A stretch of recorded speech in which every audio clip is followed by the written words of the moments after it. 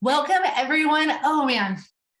This idea of embodied eating is something that I have been exploring for a couple of months now, and it's really changing a lot about the way that I think about food, the way that I talk about food with my patients. And it is absolutely my intention today to walk through some concepts that I think will be immediately applicable and make a really big difference in what you do. So when I think about embodied eating, I hope that by the end of this, you'll see that I do wholeheartedly believe that it is the solution to emotional eating and to the overwhelm that comes out of the diet culture in which we reside, right? It seems like every week, every month, there's like a new thing to try, a new thing to do. And what I see consistently is that people are bombarded with information and becoming increasingly disconnected from themselves and their own wisdom.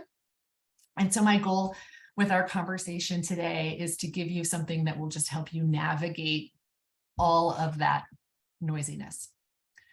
So as I ask every time we do one of these workshops, I will invite you to put away your distractions and have this time just for you, right? Your email, your text messages, all of those things, they'll be there for you in 30 minutes. So do yourself a favor and just give yourself this opportunity to really check in. And then for those of you who are potentially catching the recording, I know everybody here I've known for a while, but I am Dr. DeLilly. I work in practice in Missoula. And this idea of navigating what and how and when we eat is a really big part of what I do. So here's what you're going to learn today, just so that we have some orientation in where we're going. We're going to talk about all of these things. And then at the end, I'm going to come back and sort of give you the solution-oriented point of view of each of these things. So what we're going to cover is how a binge is born. I really think about this as like the anatomy of a binge. Then we're going to talk about what it means and how to listen to what your body is attempting to communicate with you. So I'm actually going to invite you into a practice of listening to your body's yes and your body's no. After that, we're going to discuss what I think of as the 3 green lights test, which you can then apply to the consumption of any food or beverage. You could actually apply it to lots of areas of your life. We'll talk about that a little bit, but we'll keep it on topic today with food and beverages. And then we're going to close out by talking about the one practice that, in my opinion, will set you free and absolutely transform your relationship to health and vitality. So to start off with, we're going to dive right in with how a binge is born. And my belief is that the idea of a binge originates in language. The overwhelming majority of us have been taught to think about all of our lives in what you might consider like a binary framework. Yes, no, good, bad, right, wrong, okay, not okay. And I particularly think that it's good, bad thinking when applied to food that creates the phenomenon that we call binging. And the reason for that is because when we think about some foods being good and other foods being bad, as human beings, we are especially drawn to the things that we have put off limits for ourselves. They're suddenly incredibly tempting. Like the moment we label them bad, some part of us goes, oh, but what's over there for me? And the reason that this is a challenge is because this kind of thinking, which one triggers a lot of temptation, has us wrestle with ourselves to the point of reaching a state of emotional fatigue. And then eventually we are likely to succumb to trying the thing that we have decided is bad. When we are particularly anchored in good, bad thinking, the next logical piece that our brain goes into is Well, if that was bad, bad people do bad things, which means I am bad, right? When I eat good things, I'm good. When I eat bad things, I'm bad. And then our brains tell us, well, if I'm going to be bad, I might as well be really bad. I'll just be good tomorrow. And this is actually what I think of as like the anatomy of a binge, this structure of oversimplified thinking. Some things are good, some things are bad. Depending on who you are and how much time we've spent together, you might put rice cakes in the good category and butter in the bad. I hope not, right? You might put broccoli in the good category and rice cakes in the bad. It almost doesn't matter, right? When you're trapped in this philosophy of some things are good and some things are bad, good people do good things, bad people do bad things, which you're probably not even aware of thinking, but at some subconscious level you hold, then it really does become an invitation. I had a little bit, I might as well be bad, I'll be good tomorrow. And then bam, the swan dive into the bite becomes the binge. Now, this is all well and good until we go, now what? What am I going to do about that? And so what I want to introduce you to is an alternative way of thinking, which is effective, ineffective. And in order to think about food as being either effective or ineffective, you must first know how you want to feel. It doesn't work to know how you don't want to feel. So saying, well, I don't want to be tired, I don't want to feel crummy after, only going to get you so far. So I encourage you to think about and articulate for yourself, how do I want to feel? Do I want to have mental clarity? Do I want to have energy? Do I want to have peaceful voices in my head rather than voices that are tearing me down and beating me up? Do I want to feel comfortable in my own skin? And then from that perspective, you can begin to think about food as what is effective and what is ineffective. So if I eat the cupcake as pictured, then I think about, how do I feel? Do I feel in a way that is consistent with the way that I want to feel? Is my mental clarity sharp? Is my energy good? Can I still button my pants? And what's my self-talk? If the answer happens to be yes, enjoy the cupcake. Right? If the answer is no, instead of getting caught up in the shame spiral, which is just perpetuated by, I did a bad thing, now I'm bad, this is never going to work out for me, you can step back and go, oh, that really wasn't effective. I learned something, right? Effective, ineffective allows us to keep our dignity intact because it shifts us out of the moral thinking of that's good, that's bad, into like, did this work for me? Did it not work for me? Well, if it didn't work for me, I'm still okay, but I learned something about this food and I can carry that forward and make a new choice next time. This is a very simple tool, and I assure you that if applied consistently, you will learn so much about the foods that work for you and the foods that don't work for you. And as a side note, I actually had planned on saying this, but it's worth mentioning. I strongly consider the experience of cravings something worth considering in your assessment of a food.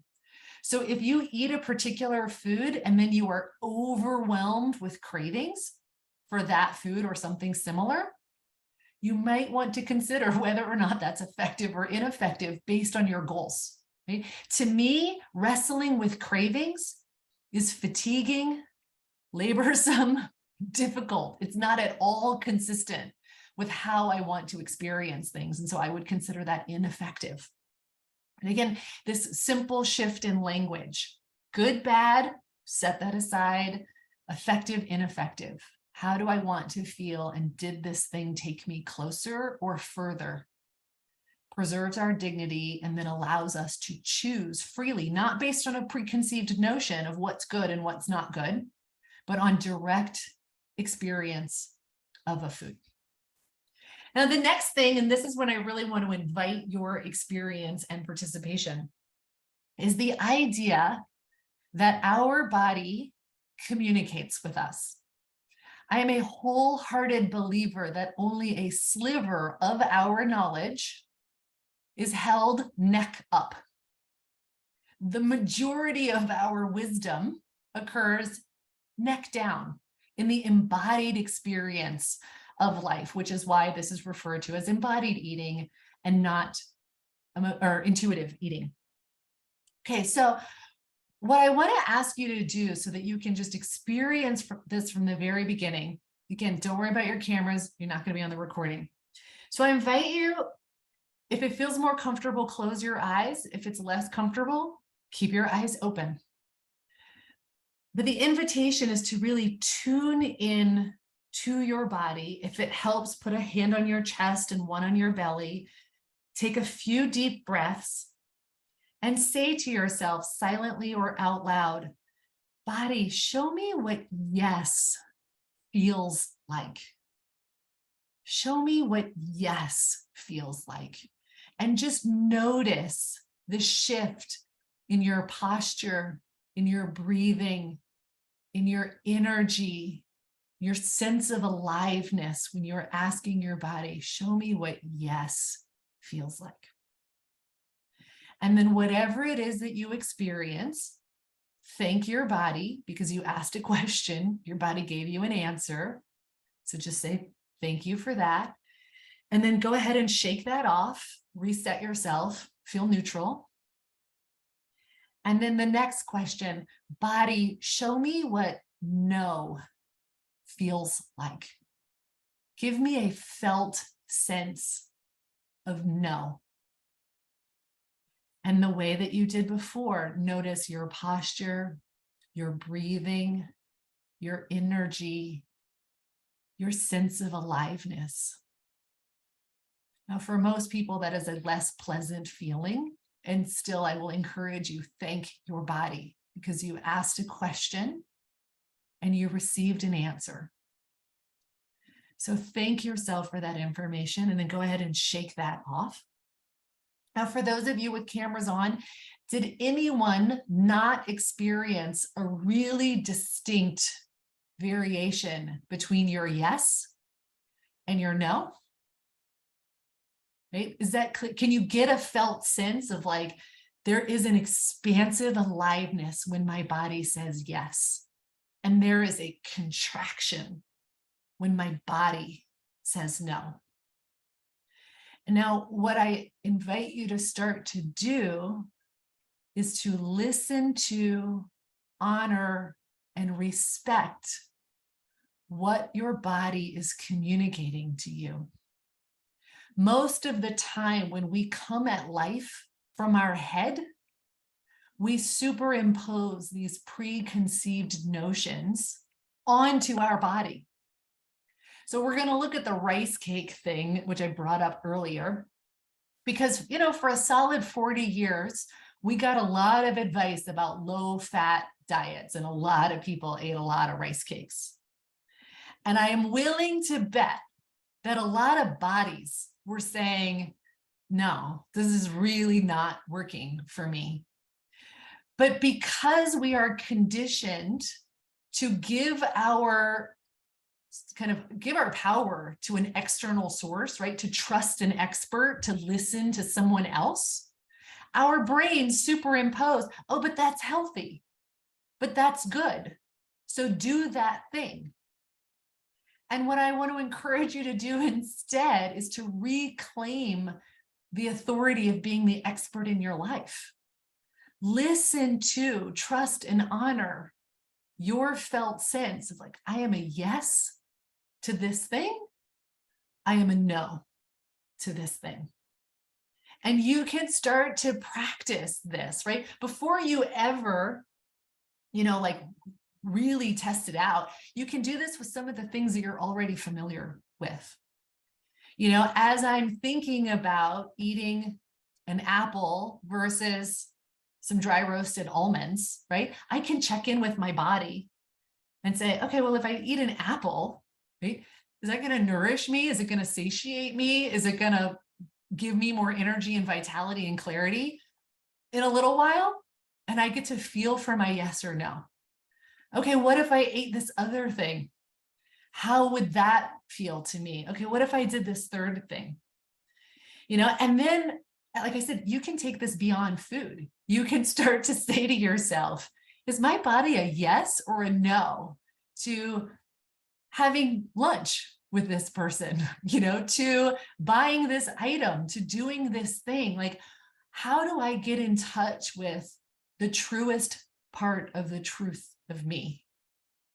And then can I bring that to the surface as the real authority in my life rather than outsourcing? Like, who is on social media doing what? Who is the latest expert saying what?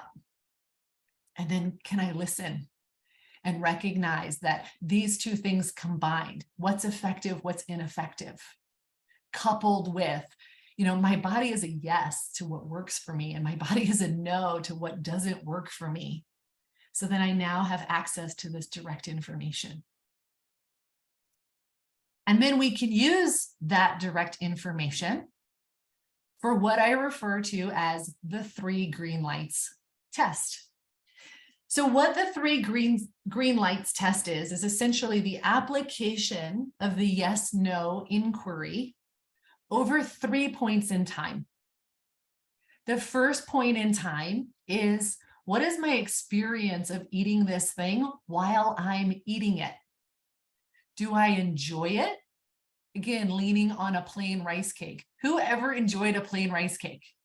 Not me. If you like them, keep enjoying them. It's not a judgment on rice cakes, right? It's just that this idea that when we tell ourselves something is good, but our body's saying no, there's not a lot of pleasure in the direct experience of that thing.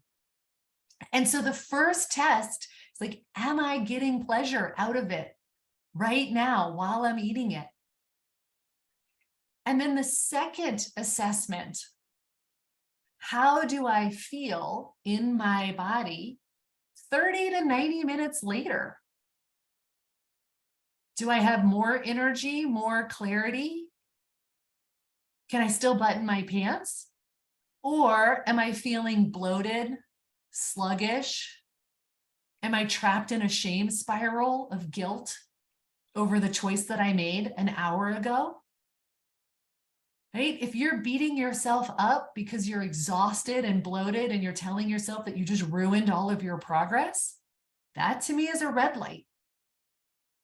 If you're like, yeah, I ate this thing and I can focus and I've got energy and I'm comfortable in my own skin, that's a green light. You get to divine your own version of it, just trying to give you context. The next point in time at which you can inquire is, how do I feel the next day getting dressed? Right? Am I dropping F-bombs as I stare at my closet because nothing's gonna fit? Whatever your personality is. I mean, the forget it is your F-bomb. But you know what I'm saying is, like, if you're angry the next day because you don't feel good in your own skin and you can't get dressed without beating yourself up, and it's hard to get out of bed and your body aches, that's a red light in my book. If you wake up and you're like, bring it day, let's go. I've got all of the energy for all the things I need to do and plenty of energy for the things I desire to do. That's my version of a green light. And so my encouragement for you is that when you think about, do I want this thing that's in front of me? That instead of just thinking about how does it taste in the moment and does that feel like a reward or not, that you take a little bit of a step back and you think about, okay, well, how will it be while I'm consuming it? And how will it be in 60 minutes or, 30 to 90 minutes? And how will it be tomorrow? Right? Is the experience of eating this food deeply nourishing? Or is it simply indulgent? And I know, because I've done it 1,000 times before, that I'm going to be caught in, the spiral of self-reproach because I'm going to have a headache and feel awful a little while later. And then again, you can use the tools, effective, ineffective. You can use the body inquiry, because your body will draw on the past experience of eating that food or a similar food in order to inform your inquiry right now in this moment. Like, you don't have to wait until tomorrow to get your answer. You can hold the thing, like right now, I've got my tea with some ginger in it. I can do this inquiry right now and say, how am I going to feel tomorrow if I consume this, versus another cup of coffee at 12 o'clock in the afternoon? And my body will tell me. And so I want you to start to practice and play with this idea that I have this wealth of knowledge. I can tap into it and I can trust it to help me to make informed decisions, right? This body wisdom perspective. But the next thing that we're going to talk about is something that often gets in the way and derails the process. So we're going to get it out of the way. And that is your feelings. Okay. Feelings are a big deal. We can't ignore them. And so, in my opinion, the most important aspect of the previous 3 tools being applied consistently over time is authorizing permission to feel your feelings. I want to talk a little bit more about what that does mean and what that doesn't mean, because I get a lot of pushback on, like, well, if I just feel my feelings, right, am I going to start sliming all over people? No, right? Ideally, no. Because when I encourage you to feel your feelings, that is not an invitation to punish other people for the way that you feel in the moment. I am not saying act from your feelings. So being angry is not a license to yell at someone. Being sad is not an invitation to, make people feel bad for you.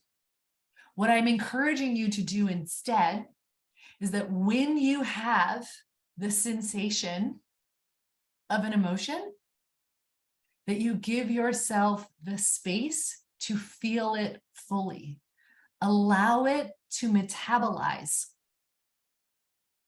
Something that I learned several months ago from reading a book called Whole Brain Living, which is written by a woman named Jill Bolton Taylor. She's a neurologist. She had a stroke, did a lot of research on it. She wrote the book called Stroke of Insight. It's a brilliant book. She's got a great TED Talk if you want the 18-minute version. What she talks about in Whole Brain Living, which is very consistent with what I've observed through 13 years of practicing medicine, is that the experience of an emotion and all of the chemicals that flood our system to generate that emotion are completely metabolized in our body in roughly 90 seconds. 90 seconds. So if someone upsets you, they may be responsible for your upset for the first 90 seconds. If you're still upset 90 minutes later, it's because you're re-triggering the pathway over and over and over again through your self-talk. The same thing goes for grief, sadness, anxiousness. And the reason that I point this out is because, as I mentioned before, many of us operate, often unconsciously, from a binary thinking. These things are good or okay or acceptable, and these things aren't. And we do that to our feelings. When I'm happy, when I'm excited, when I'm full of joy, I'm okay. I'm allowed to feel that. When I'm anything else, I make myself bad and wrong really quickly. I tell myself I'm not allowed to feel that. And I shove it down. But when we shove our feelings down, we don't allow ourselves to metabolize them. And they tend to come back and come back and come back.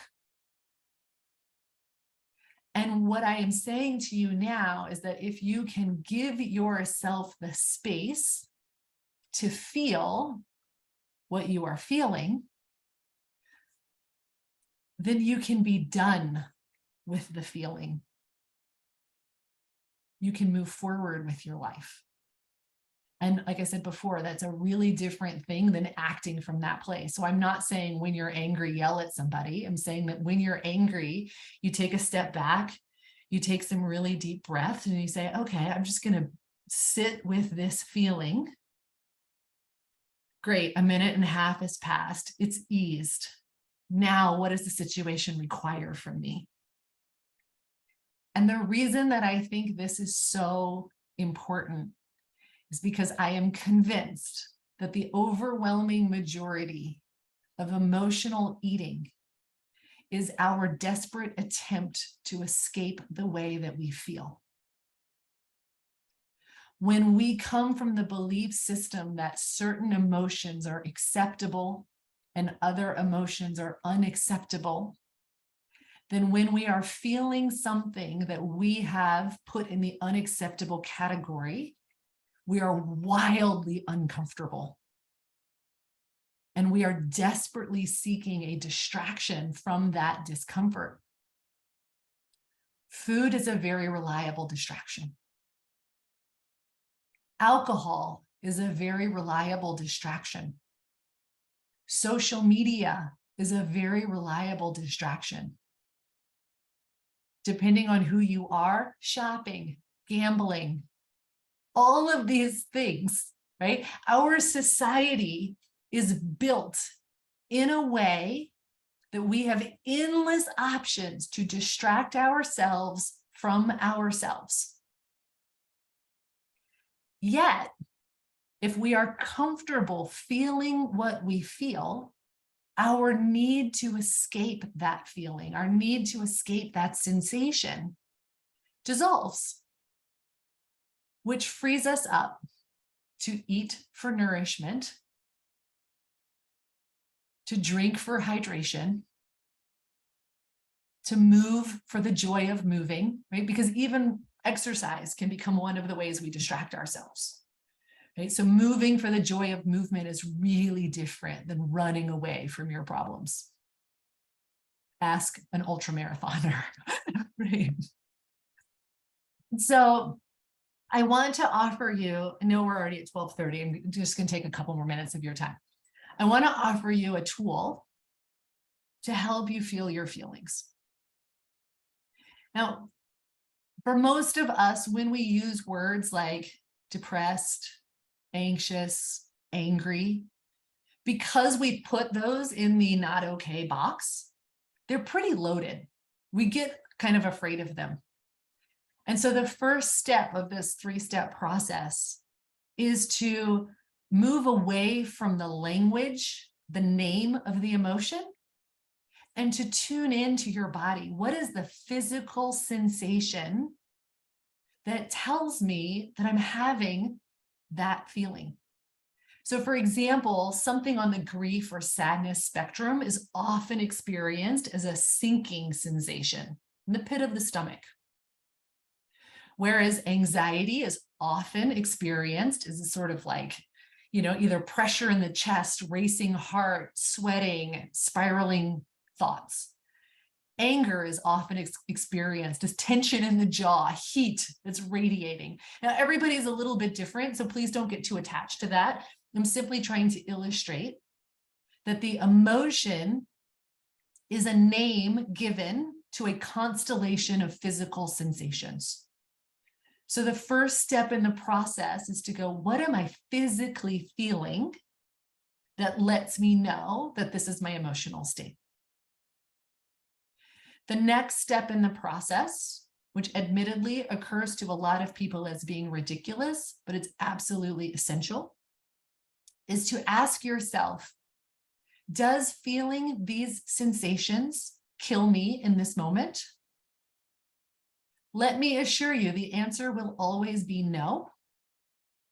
And you cannot skip the question. Because so many of us were taught at very young ages to go away with our big feelings, right? Go to your room until that tantrum is done, and then you can come back. But when you're 2 years old, being rejected by your tribe of people occurs to your nervous system as the threat of death. Because at 2 years old, you can't take care of yourself if those people won't take care of you. And so coded deep in our subconscious is often a held belief that if I let this come up, it might kill me, or it might swallow me whole. I might never come back. And so asking the question and taking the time to answer it aligns our prefrontal cortex with our limbic system in a way that gives us permission to move forward.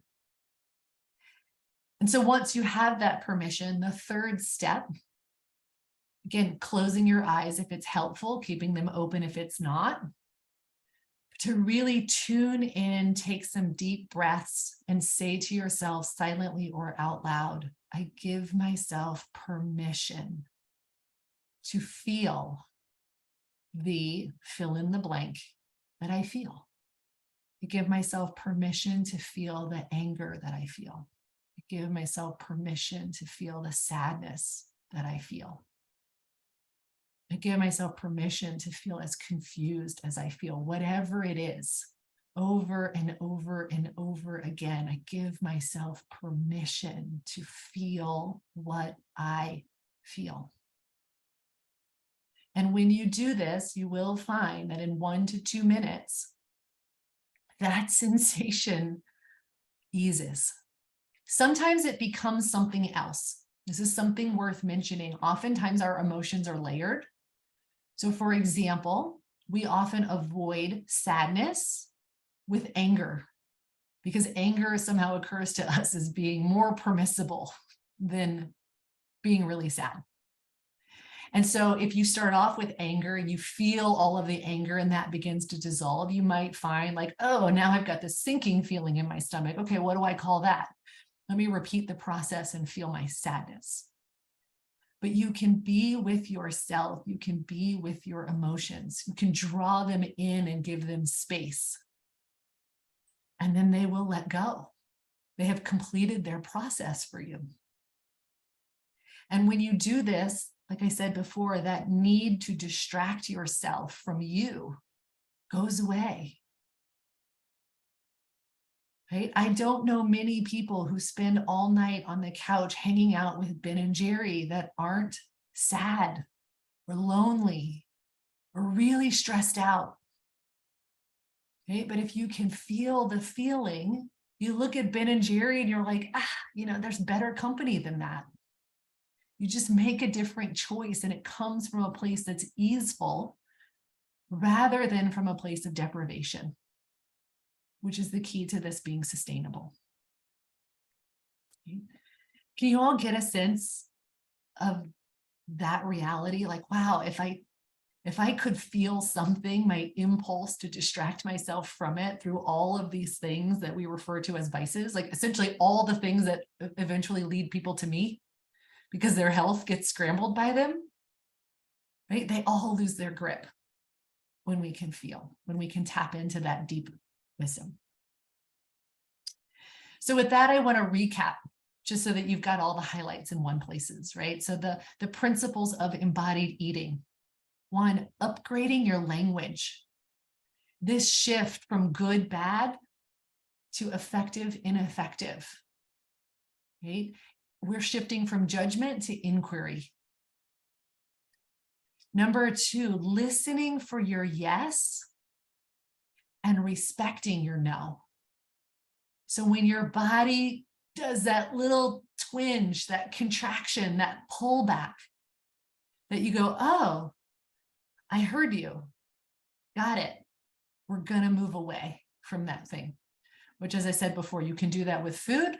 You can do that with a lot of things. So that's a tool that you can carry forward. And then to choose 3 green lights, meaning that if you think this process through, how will I experience it in live time? How will I experience it 30 to 90 minutes later? How will I experience it tomorrow? If your inner knowing says this isn't going to go well later, listen to it. Choose the path that gives you a green light at each of those 3 points, instead of just, I'm going to like it, even though I know I'm going to pay for it. And then the final step, have the courage to feel all of the feelings until they are complete. Right? We've got to move out of the Roy G. Biv portion of the spectrum of light and recognize that, the far infrared, the gamma, like they exist too. And we can invite them in instead of just staying in this very narrow range of what we have been taught is permissible. The final thing that I'll say, and we'll close out with this, is that when it comes to feeling, it's often a really scary thing. Like people say to me, I have to learn how to do that. And so I want to assure you, you were born knowing how to feel. You were born knowing how to do everything that we have covered here. You have been conditioned not to. Right? You have been taught that feelings are not okay, or that only a small range of them is okay. You have been taught that experts know more about your body than you do.